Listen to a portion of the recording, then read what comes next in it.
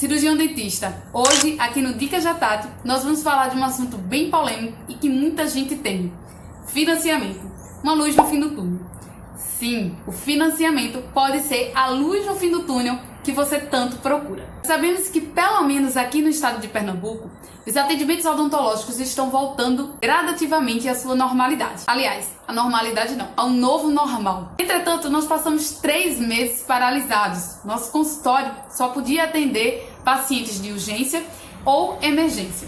E com isso, nós tivemos uma grande queda na quantidade de pacientes e na estrutura financeira do consultório. Recentemente, eu fiz uma consultoria com um dos nossos colegas de profissão, onde nós fizemos uma análise detalhada da situação em que ele se encontrava. Igualmente aos outros colegas de profissão, ele passou 3 meses paralisado, teve uma grande queda do seu orçamento e com isso estava bastante apertado.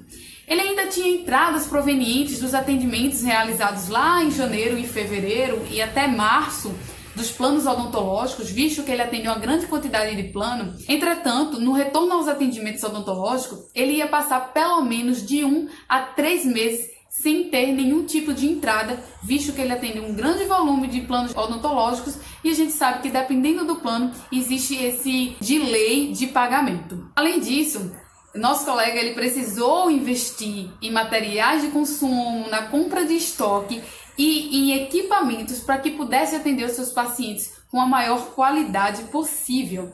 Então, a situação era, ele tinha caixa para o pagamento, para honrar o pagamento dos seus custos fixos, entretanto, ele não tinha caixa suficiente para o pagamento de investimentos que ele havia feito para o retorno às atividades.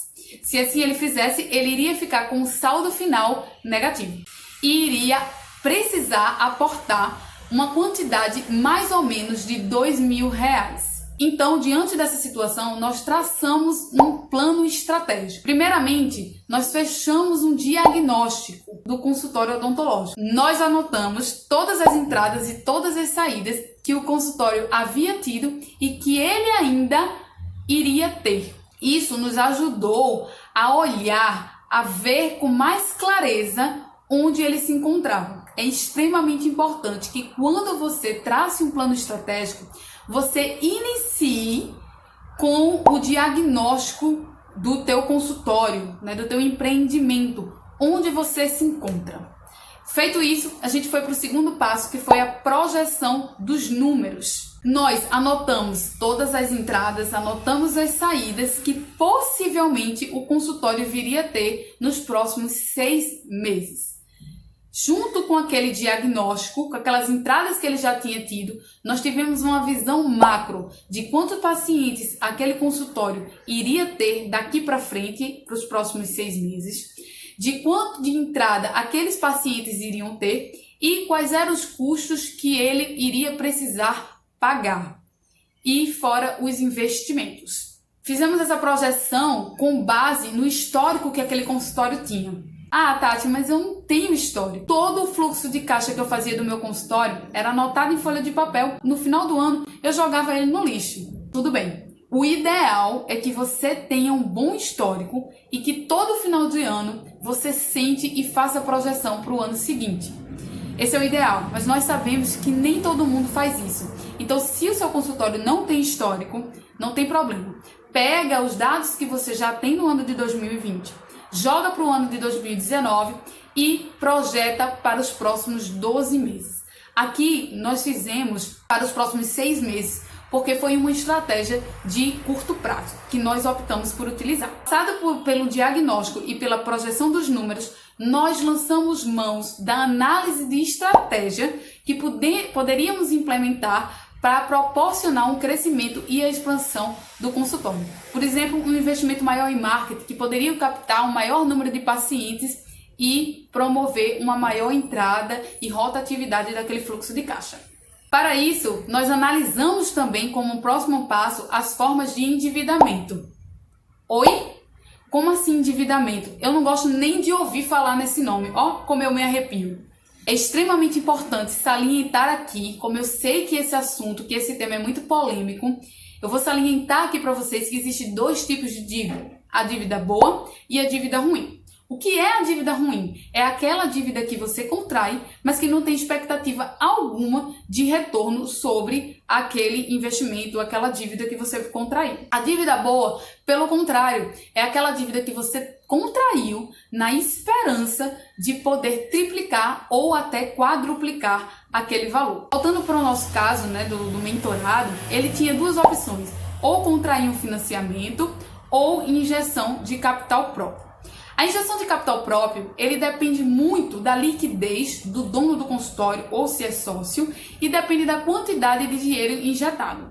Bom, após o pagamento dos custos fixos, o mentorado, ou nosso colega aqui citado, ele ia acabar com fluxo de caixa negativo. Não seria suficiente para o pagamento do investimento que ele havia feito. Diante disso, ele teria que aportar mais ou menos uma quantidade de R$2.000 para manter a operação funcionando.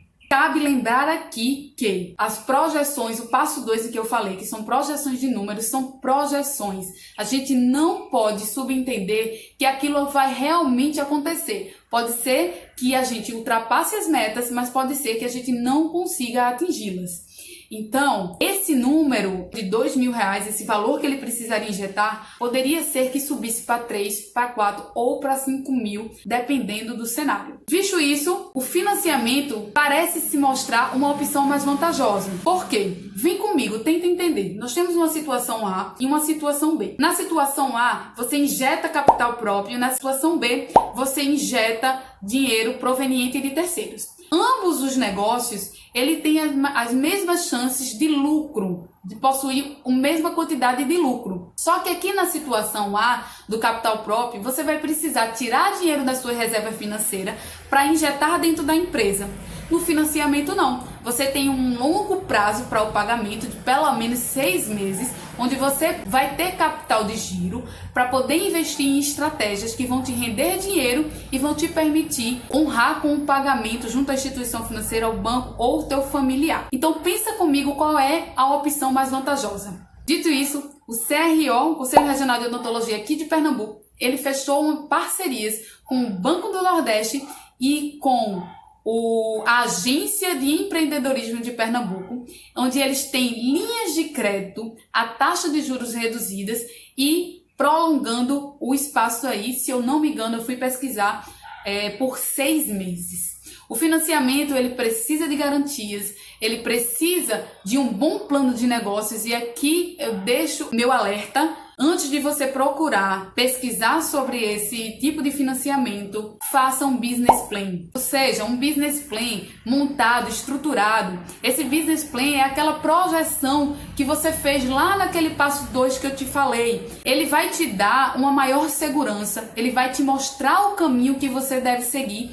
Além do mais, ele vai facilitar a concessão desse financiamento por meio das instituições e dos bancos, porque ele vai passar a acreditar no teu negócio. Ele vai ver e vai pensar: nossa, João tem um plano de negócios, ele espera daqui a 6 ou 12 meses ter essa quantia, então ele vai ter a capacidade de realizar o pagamento, de cumprir com todas as suas obrigações. Então é isso, eu espero ter ajudado, espero que essas dicas possam te ajudar, mas eu tenho certeza que se você seguir direitinho, você vai ter uma volta muito mais tranquila. Te espero no próximo vídeo e conta comigo!